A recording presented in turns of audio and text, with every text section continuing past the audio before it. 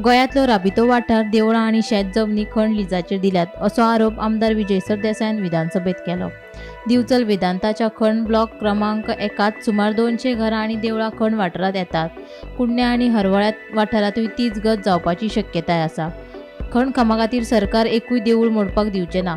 सगळीं देवळां खण लिजाच्या भायर आसात अशें मुख्यमंत्री दोतोर प्रमोद सावंतान सांगलें। I wish to draw the attention of the government to serious concerns as recently granted mining leases include houses, temples and agricultural land and pose a threat to nearby water bodies and ecologically sensitive zones.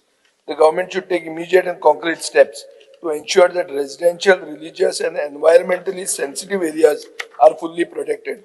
Speaker sir, Bisholin block number 1 Vedanta जो दिला तातून 200 घरां हा मुळगांव ग्राम देवी Shri Kelbai temple Shri Sateri temple Shri Mahadev temple आणि agriculture land हा कुडण्या अशेंच जे हा ते Harvalem catchment area of Harvalem waterfall adjoining to Dev Rudreshwar देवस्थान।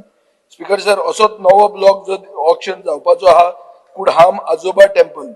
सो हे सगळे जर पळोवंक गेले जाल्यार हांव मुख्यमंत्र्या कडेन मागता की आमची मायनिंगाची ग्रीड जी आहा ताजे खातीर आमच्या लोकांची देवाची नीड आमी सॅक्रिफायस करची न्ही। I need an assurance that these temples which have existed for generations should be protected and as per the regional plan 2021 थंय बफर झोन जे आहा ते तांणी मानचे।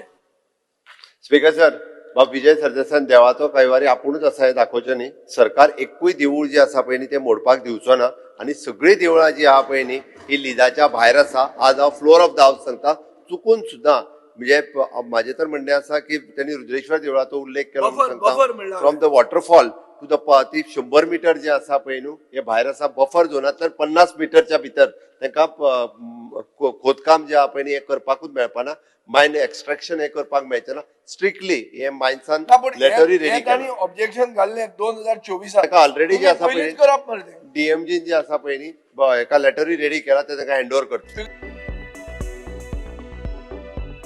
Bureau report Gomantak TV.